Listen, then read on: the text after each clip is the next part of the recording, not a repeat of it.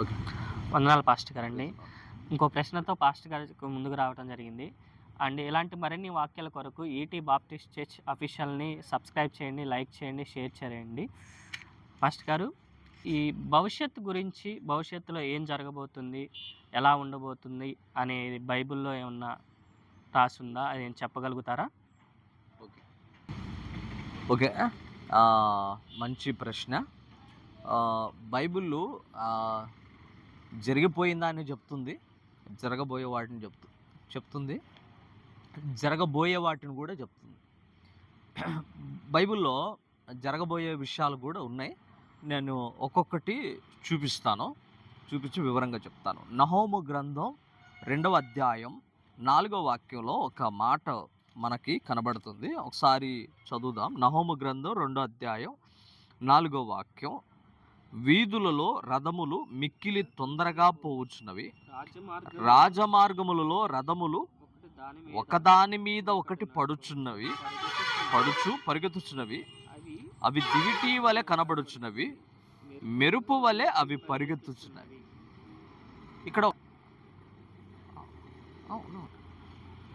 ఇక్కడ ఒక మాట గమనించండి. వీధులలో రథములు మిక్కిలి తొందరగా పరిగెత్తుచున్నవి, రాజమార్గంలో రథములు ఒకదాని మీద ఒకటి పడుచున్నవి. వీధులు అంటే మన చిన్న చిన్న రోడ్లు, రాజమార్గాలు అంటే పెద్ద పెద్ద హైవేలు. ఈ హైవేల్లో కానీ వీధుల్లో కానీ పోయేటప్పుడు రథాలు అని పోల్చబడింది. ఈ రథాలు ఏంటయ్యా అంటే మనం వాడే కార్లు, బైకులు, బస్సులు, లారీలు. ఇవి అని ఎట్లా చెప్తామంటే తర్వాత పదంలో రాయబడింది, అవి దివిటి వలె కనబడుచున్నవి, మెరుపు వలె అవి పరిగెత్తుతూ ఉన్నాయి. చాలా స్పీడ్గా వెళ్ళిపోతుంటాయి కదా. మనం దూరం నుండి చూసామంటే అవి ఎలా కనపడతాయంటే ఒక నిప్పు కణిక గనక బారుకి ఇట్లా ఎలాగైతే వెళ్ళిపోతుందో అలాగే వెళ్ళిపోయినట్టు కనపడుతుంది. దేవుడు ముందే వీటిని రాసి పెట్టాడు. మనం ఈ వాక్యానికి ఇంకా దేన్ని కలపలేం. అందుకని ఇది మనం గమనించాలి. ఈ మన దేన్ని సూచిస్తానంటే బైకుల్ని, కారుల్ని, లారీలని, బస్సులని సూచిస్తుంటాయి. ఒకదాని మీద ఒకటి పడుతున్నాయి అని కూడా ఇక్కడ రాయబడింది. యాక్సిడెంట్లు అవుతున్నాయి ఇప్పుడు చాలా, ఒకటొకటి గుద్దుకుంటున్నాయి, స్పీడ్ మీద వెళ్ళే గుద్దుకుంటున్నాయి. మనం వాటిని జాగ్రత్తగా గమనించవచ్చు. ఇంకొక మాట మనం గమనించవచ్చు, భవిష్యత్తు గురించి రాయబడిన ఇంకొక మాట ఇర్మియా గ్రంథంలో 16వ అధ్యాయం 4వ వాక్యం నుంచి 8వ వాక్యం వరకు మనకు ఒక చోట కనబడుతుంది. ఇర్మియా గ్రంథం ఇర్మియా గ్రంథం 16వ అధ్యాయం 4వ వాక్యంలో 4 నుంచి 8 వచనాల వరకు, 16, 8 వరకు నేను ఒకసారి జ్ఞాపకం చేస్తున్నాను. చూడండి. వారు ఘోరమైన మరణము నొందెదరు, వారిని గూర్చిన రోదనయు చేయబడదు, వారి పాతి పెట్టబడక భూమి మీద పెంటవలె పడి ఉండెదరు, వారు ఖడ్గము చేతను క్షామము చేతను నశించెదరు, వారి శవములు ఆకాశ పక్షులకు భూజంతువులకు ఆహారముగా ఉండును. ఇది దేని గురించి రాయబడిన సంభవం అంటే కరోనా గురించి రాయబడిన సంభవం ఇది. వారు ఘోరమైన మరణము నొందెదరు, భయంకరమైన మరణం నొందుతారు, వారి గురించి రోదన చేయబడదు. కరోనా వచ్చినప్పుడు చాలామంది బంధువులు చచ్చిపోయినా కానీ ఏడవలేదు. తర్వాత వాళ్ళు భూమి మీద పెంట వలె పడి ఉందురు. ఎలాగైతే వాళ్ళని చూస్తే అసహించుకుంటున్నారో చాలామంది ఈ కరోనాతో పడిపోయిన వాళ్ళ దగ్గరకు కూడా వెళ్ళలేని పరిస్థితి చాలా చాలా వచ్చింది. ఇంకొక వాక్యాన్ని మనం చదివితే ఇక్కడ 5వ వాక్యంలో ఒక మాట ఉంది. గనుక రోదన చేయువారు ఇంటిలోనికి నీవు పోకుము, వారిని గూర్చి అంగలార్చుటకు పోకుము, ఎవరిని ఓదార్చుటకు వెళ్ళకుము. ఓదార్చడానికి కానీ చనిపోయిన వాళ్ళ ఇళ్ళకి కానీ వెళ్ళకు. ఇది కరోనా టైంలో జరిగిన భయంకరమైన సంభవం. మనం చూసాం దాన్ని.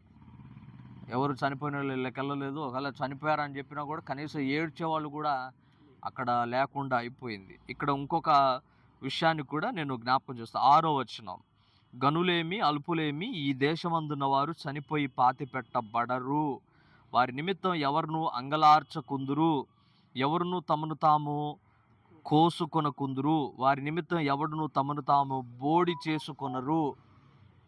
అంటే మామూలుగా మన ఆచార ప్రకారం ఎవరైనా చనిపోతే కనీసం ఖచ్చితంగా తల గొరిగించుకోవాలి.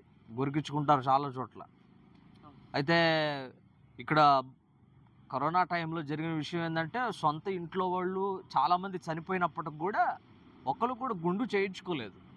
ఈ సంభవాన్ని మనం ప్రత్యక్షంగా చూసాం. ఇంకొక మాట 7వ వచనంలో ఉంది. చచ్చిన వారిని గూర్చి జనులకు ఓదార్చుటకు అంగలార్పు ఆహారము ఎవరును పంచిపెట్టరు.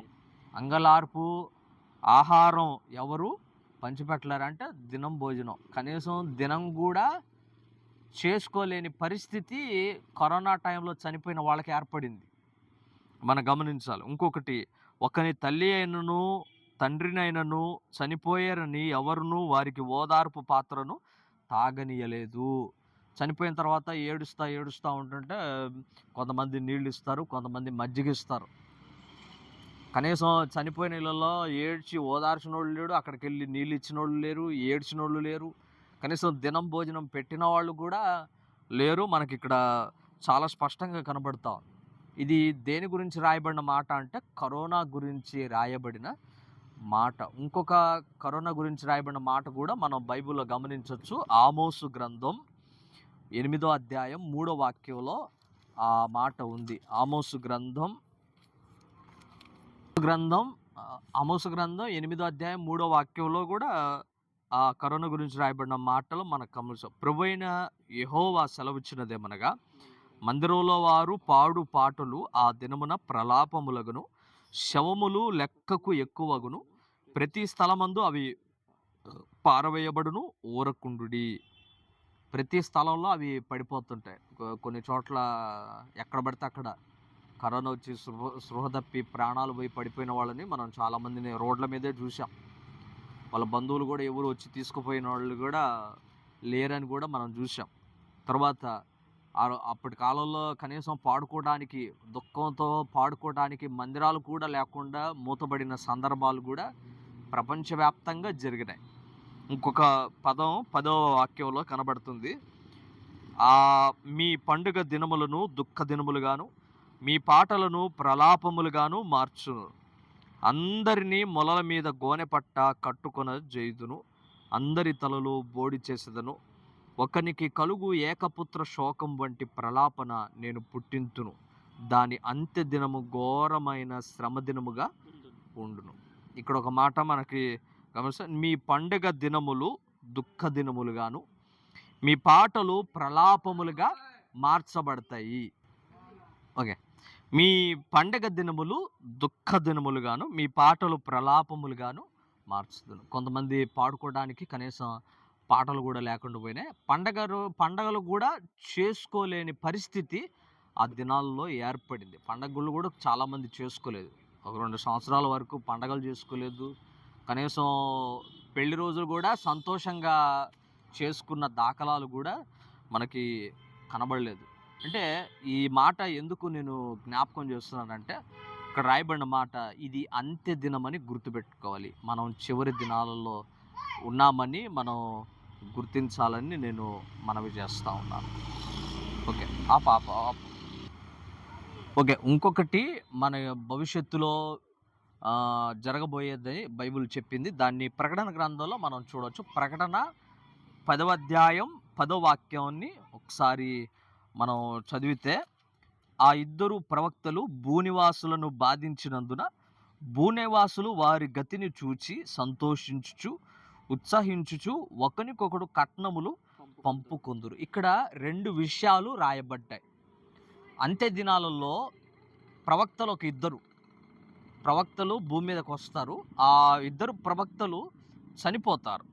అబద్ధ క్రీస్తు చేతిలో చనిపోతారు. వాళ్ళు యెరూషలేములో నడి రోడ్డు మీద అట్లాగా వాడు చంపేస్తాడు. ప్రవక్తలు ఇద్దరిని చంపేస్తాడు. వాడి శవాలు ఆ రోడ్డు మీద పడి ఉంటాయి. అయితే ఇక్కడ రాయబడిన మాట, ఆ ఇద్దరు ప్రవక్తలను చూసి భూనివాసులందరూ బాధించినందున భూనివాసులు వారి గతిని చూచి సంతోషిస్తారు. భూనివాసులు అందరూ చూస్తారంట. యెరూషలేములో జరిగే సంభవం ఇది. అది ఎక్కడో యెరూషలేములో జరిగే సంభవం. మరి ఇక్కడ ఉన్న మనం ఎట్లా చూస్తాము అంటే అది ఇంటర్నెట్ ద్వారా మనం చూస్తాం. ఈరోజు యూట్యూబ్‌లు వచ్చినాయి, ఫేస్‌బుక్‌లు వచ్చినాయి. ఇట్లా చాలా విషయాల ద్వారా మనకి ప్రపంచంలో ఏ మూల ఏం జరిగిందో కూడా మనకు తెలుస్తూ ఉంది. కనుక ఇంటర్నెట్ గురించి మనకి యూట్యూబ్, ఫేస్‌బుక్‌ల గురించి ముందే దేవుడు రాసిపెట్టాడని మనం గమనించొచ్చు. ఇక్కడ ఇంకొక విషయం కనబడుతుంది. ఒకరికొకరు కట్నాలు పంపుకున్నారు. కట్నం అంటే అర్థమైంది అసలు డబ్బులు. ఒకరికొకరు డబ్బులు పంచుకున్నారంట. అంటే అక్కడున్నవాడు ఇక్కడున్నవాడికి పందెం కాస్తాడు. లేస్తాడా లెగవడా?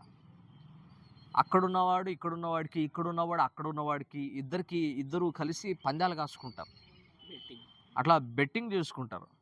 మరి ఇప్పుడు నేను ఒక మాట చెప్పాలనుకుంటున్నాను. ఏంటంటే ఇప్పుడు బయట ఉన్న వాడికి మనం ఇక్కడ ఉన్న వాడికి డబ్బులు పంపించాలంటే ఎట్లా పంపిస్తున్నాం మనం? PhonePe, Google pay. ఓకే. అట్లా. అది ఫోన్‌పే, గూగుల్ పే ద్వారా చేస్తున్నాం. ఇంకొకటి మనీ ట్రాన్సాక్షన్ చేస్తున్నాము. అంటే వీటి గురించి దేవుడు ముందే రాసి పెట్టాడని మనం గమనించవచ్చు. ఓకే. ఇంకొక విషయాన్ని కూడా నేను జ్ఞాపకం చేస్తాను. లేవియా కాండంలో కూడా దేవుడు భవిష్యత్తులో జరగబోయే ఒక సంభవాన్ని కూడా చెప్పాడు. లేవియా కాండం 10వ అధ్యాయం 6వ వాక్యాన్ని మనం చదివితే అక్కడ మోషే ఒక ఆజ్ఞ ఇచ్చాడు. దాన్ని మనం గమనించవచ్చు. యెహోవా ఈ సర్వ సమాజం మీద ఆగ్రహపడకుండునట్లు మీరు తల విరబోసుకొనకూడదు. తల అనేది విరబోసుకోకూడదు. ఇప్పుడు ఆళ్ళు అప్పుడు చాలా భయంకరమైన సంభవం చేసి వాళ్ళ ప్రవర్తన చాలా భయంకరంగా ఉన్నందున దేవుడేమన్నాడంటే ఇశ్రాయేలీయులకి ఒకటే మాట చెప్పాడు. మీ తల విరబోయకూడదు. తల విరబోసి జుట్టు అట్లా వేలాడదీయటం అలాంటి పని చేయకూడదని చెప్పాడు. ఇంకొకటి కొన్ని విషయాలు కూడా జ్ఞాపకం చేశాడు. అదే లేవియా కాండం 19వ అధ్యాయం 27వ వాక్యంలో 19, 27 ఇంకొక మాట మనం గమనించాం. 27వ వాక్యం ఒకసారి చదువు. మీ నుదిటి వెంట్రుకలను గుండ్రంగా గుండ్రంగా కత్తిరింపకూడదు. గుండ్రంగా కత్తిరింపకూడదు. ఈ గడ్డపు పక్కలను గొరకకూడదు. చచ్చిన వారి కొరకు ఆ, మీరు దేహమును ఆ, చీరుకొనకూడదు. పచ్చబొట్టు మీ దేహమునకు పొడుచుకొనకూడదు. నేను మీ దేవుడైన యెహోవాను. ఇక్కడ ఒక మాట అన్నాడు, మీ నుదిటి వెంట్రుకలను గుండ్రంగా కత్తిరించకూడదు. ఇది ఎప్పుడు రాయబడిన మాట? యేసుప్రభు రాక ముందు రాయబడిన మాట ఇది మాట. అయితే దేవుడు ఇప్పుడు చేస్తున్నారు ఆ పనులు. అప్పుడు చేయలేదు ఎవరు. పాతకాలంలో ఎవరు చేయలేదు. నుదిటి వెంట్రుకలంటే ఈ కనుబొమ్మలు. ఈ కనుబొమ్మలు గుండ్రంగా కత్తిరించకూడదు అని దేవుడు ముందే చెప్పాడంటే భవిష్యత్తులో జరగబోయేదాన్ని దేవుడు ముందే చెప్పాడు. నుదుటి వెంట్రుకలను గుండ్రంగా కత్తిరించకూడదు. ఇంకొక మాట, మీ గడ్డపు పక్కలను గొరకకూడదు. గడ్డపు పక్కలను గొరకకూడదు. ఈ మధ్య ఫ్యాషన్ అని చెప్పి చాలామంది గడ్డ పక్కలను మాత్రం గొరికేసి ఇక్కడ ముంచేస్తున్నారు.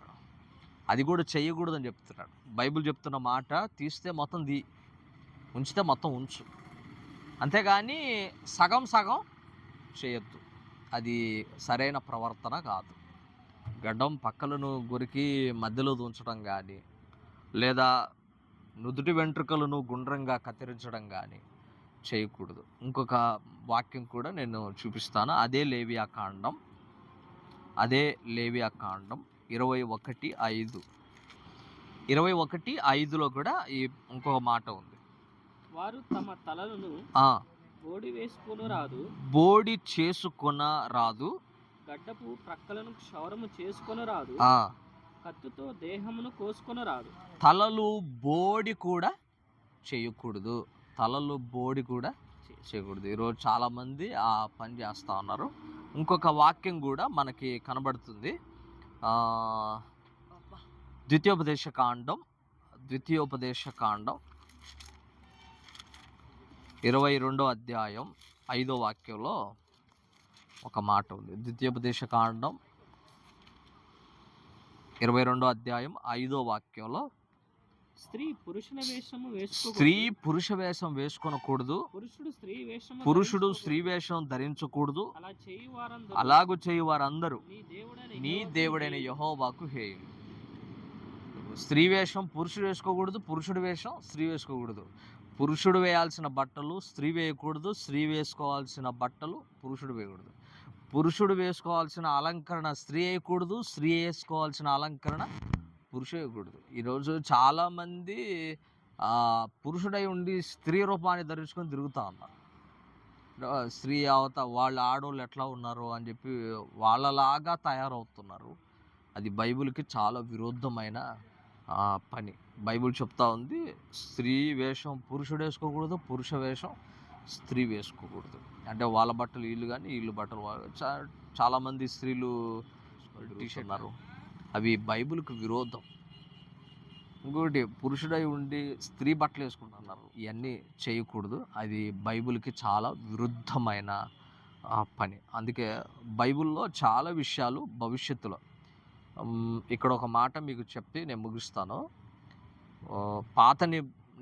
నేను నా చిన్నతన వయసులో ఆడోళ్ళలాగానే ఉన్నారు, మగోళ్ళలాగానే ఉన్నారు. వాళ్ళు ఎవరు వాళ్ళలాగా ఎప్పుడు ప్రవర్తించినట్టు నేను చూడలేదు. కానీ ఈ మధ్య కాలంలో ఇవన్నీ బాగా తయారైపోయి పాడైపోతూ ఉన్నారు. దయచేసి అది దేవునికి హేయమని గుర్తుపట్టాలి. వందనాలు. చాలా స్పష్టంగా వివరించారు భవిష్యత్తు గురించి. ఇలాంటి మరిన్ని ఆత్మీయ వాక్యాల కొరకు ఈటీ బాప్టిస్ట్ చర్చ్ అఫీషియల్ని సబ్స్క్రైబ్ చేయండి, లైక్ చేయండి, అనేక మందికి షేర్ చేయండి.